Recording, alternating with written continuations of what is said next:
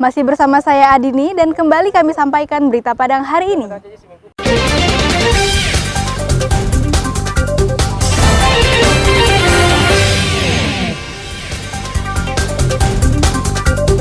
Kejaksaan Tinggi Sumatera Barat mencium aroma korupsi pada KONI Sumbar. 8 pengurusnya telah dimintai keterangan. Segarnya minum herbal madu lebah untuk menjaga kesehatan badan agar tetap fit. 7 sepeda motor dan 4 warga tercebur ke sungai karena jembatan gantung yang mereka lalui putus. Hingga mantan sekretaris desa di Pariaman ditangkap usai menyabu dengan teman prianya, kami sampaikan dalam Padang Sepekan.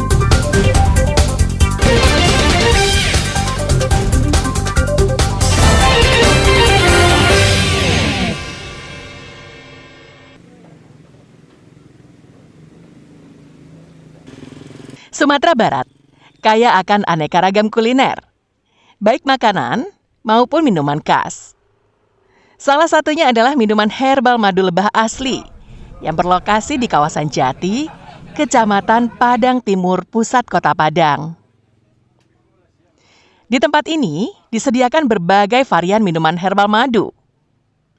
Pengunjung bisa mencicipi enaknya minuman herbal madu yang sangat berguna untuk kesehatan tubuh. Baru dibuka sebulan yang lalu, warung kayu bertingkat 2 ini ramai dikunjungi untuk mencicipi minuman herbal madu lebah. Berawal dari pasang surutnya usaha peternakan madu lebah, pemilik yang bernama Denny akhirnya beralih profesi menjadi penjual minuman herbal madu. Bahan baku didapatkan dari teman-temannya yang masih beternak madu lebah ataupun madu hutan asli. Berbagai jenis madu disediakan di warung ini, seperti madu hutan, madu cerana, madu malifera, madu galo-galo, madu superfood, dan lain sebagainya. Aneka jenis madu dicampur dengan minuman herbal menjadi berbagai varian rasa, seperti Rajo Ange plus madu, jahe serai kulit manis plus madu, lemon teh plus madu, susu telur jahe plus madu, dan susu kambing plus madu. Yang menjadi andalan di warung ini adalah madu Rajo Ange. Meraciknya tidak begitu sulit. Dengan sebutir telur bebek yang dikocok dan ditambahkan jahe serta jeruk nipis, diseduh dengan air panas secukupnya. Dan tidak lupa ditambahkan madu lebah asli secukupnya. 1 gelas Rajo Ange madu siap disajikan dan diminum sembari bercengkrama dengan keluarga maupun teman di warung yang cukup nyaman ini. Minuman ini menjadi salah satu referensi untuk kembali meningkatkan stamina seusai bekerja. Kalau kami merasakan sangat enak dan enak sekali. Dan juga rekan-rekan kami mencoba badan-badan nyeri, badan letih, lesu. Ketika kita mencoba minuman ini, badan kita itu agak sedikit energi. Di samping rasa enak, khasiatnya bagus, dan ini budaya lokal kita juga. Saat ini, dalam 1 hari, pemilik warung bisa menghabiskan 20 gelas minuman herbal madu. 1 gelasnya dijual hanya Rp15.000 saja.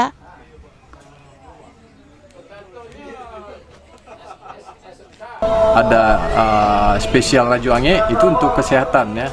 Dari mulai badan yang capek-capek ya kan, karena di situ ada beberapa bahan herbal yang kita masukin seperti ada kacang hijau, serai, jahe, telur, tambah madu murni. Nah, beberapa pelanggan kita sudah berbalik kembali untuk mencoba membeli terus ya kan, karena terasa sama mereka khasiatnya. Gitu, alhamdulillah lah. Konsumennya kebanyakan pegawai negeri sipil yang berkantor di kawasan Jalan Jati, pegawai rumah sakit, keluarga pasien, dan masyarakat sekitar yang telah merasakan kenikmatan minuman herbal madu lebah. Alfi melaporkan dari Padang.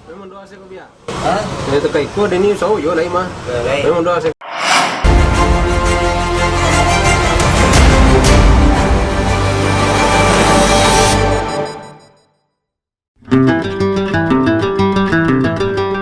Sebuah jembatan gantung di Jorong Sikabau, Kecamatan Koto Balingka, Pasaman Barat, ambruk.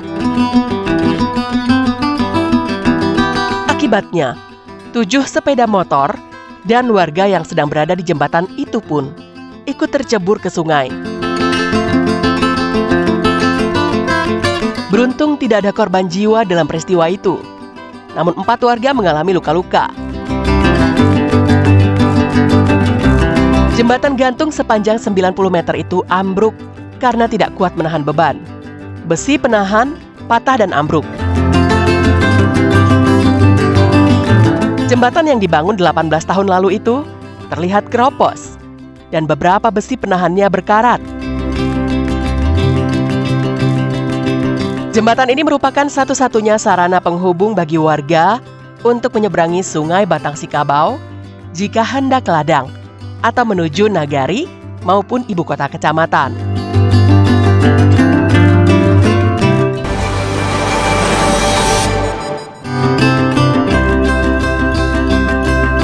Khawatir murid-muridnya menjadi korban tanah longsor, Kepala SD Negeri 10 Batanggasan, Padang, Pariaman memanfaatkan musala dan ruang majelis guru menjadi ruang kelas. Kelas 1 dan kelas 2 menggunakan musala, sedangkan kelas 3, kelas 4, dan kelas 6 memanfaatkan ruang majelis guru. Musala untuk ruang belajar ini tak disekat sama sekali. Guru pun mengajar bergantian agar murid bisa fokus belajar. Sedangkan kelas 3, kelas 4, dan kelas 6 ditumpuk belajar di ruang majelis guru. Kelas mereka hanya dibatasi lemari buku. Duduk murid pun mengikuti kondisi. Ada yang duduk menghadap ke depan, ada juga kelas yang duduknya melingkar dan saling berhadapan. Guru yang mengajar juga mengikuti kondisi. Ada yang berdiri di depan, ada juga guru yang berkeliling di belakang murid untuk menerangkan pelajaran. Di sisi lain, di ruang majelis guru ini, beberapa pengajar yang tidak bertugas juga sibuk menyelesaikan pekerjaan lainnya. Meski heboh dengan suasana belajar, namun hal itu tak membatasi semangat guru untuk mendidik murid-muridnya.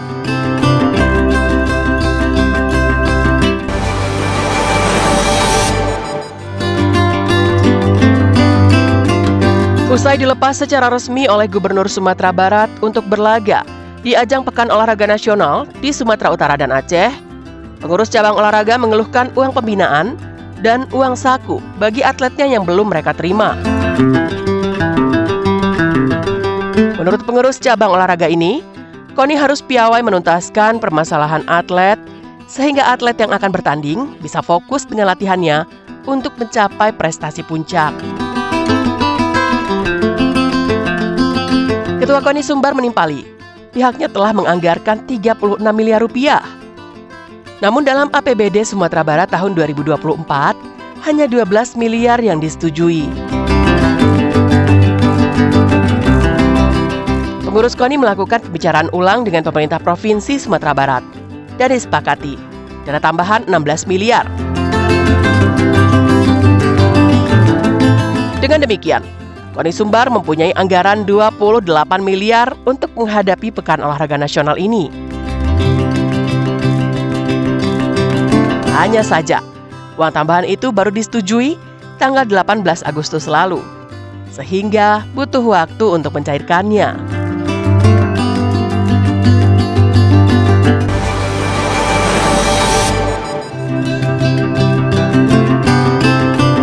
Sebuah kecelakaan kembali terjadi di Sitinjau Lawi, tepatnya di daerah Panorama 2, sekitar 25 km dari pusat kota Padang.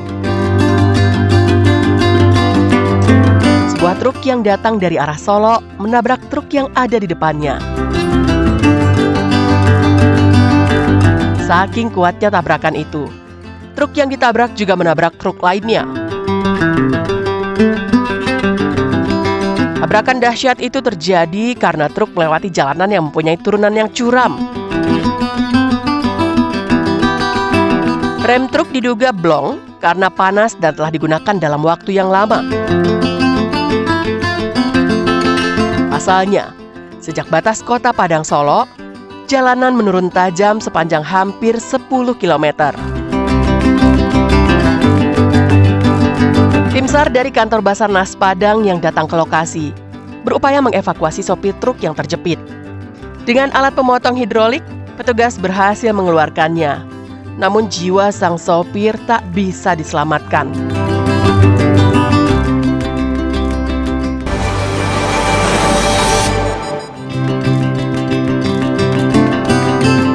Warga desa Kampung Gadang gerah dengan sikap Ria, mantan sekretaris desa yang kerap menyelundupkan pria ke kamarnya. Kegerahan warga itu memuncak dan mereka menggerebek kamarnya. Khawatir dengan tindak amuk massa yang bisa saja terjadi, warga juga melaporkan peristiwa itu ke polisi. Polisi tiba di lokasi hampir bersamaan dengan warga yang akan menggerebeknya. Saat diperiksa, pasangan sejoli ini sedang duduk santai di kamar tidur. Polisi yang curiga dengan sikap Ria menggeledah isi kamarnya. Saat itulah polisi menemukan peralatan untuk mengonsumsi sabu-sabu yang masih ada sabu-sabunya. Saat diinterogasi, Ria bersikukuh jika barang haram itu adalah miliknya yang baru saja dibeli di Padang. Polisi memboyong keduanya ke Mapolres Pariaman untuk diperiksa secara intensif.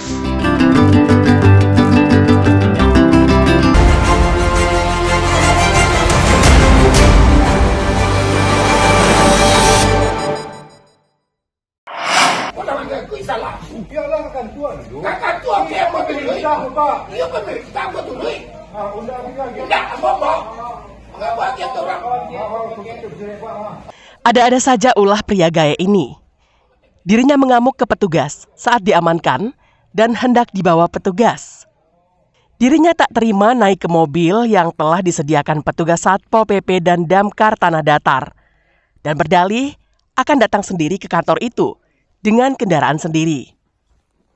Pria berusia 67 tahun ini terjaring razia bersama pasangan ilegalnya yang berusia 59 tahun di sebuah kamar penginapan di tepi Danau Singkarak. Dalam razia ketentraman dan ketertiban umum di penginapan di Tanah Datar, petugas berhasil menjaring 2 pasangan bukan suami istri. Satu pasangan lagi tak bisa mengecoh petugas karena tidak dapat menunjukkan identitas atau bukti-bukti pernikahan. Sebelumnya mereka berdalih jika mereka berdua adalah pasangan yang sah yang berasal dari luar Sumatera Barat. 2 pasangan ilegal yang tak lagi berusia muda ini akhirnya dibawa ke kantor Satpol PP dan Damkar Tanah Datar di Batu Sangkar.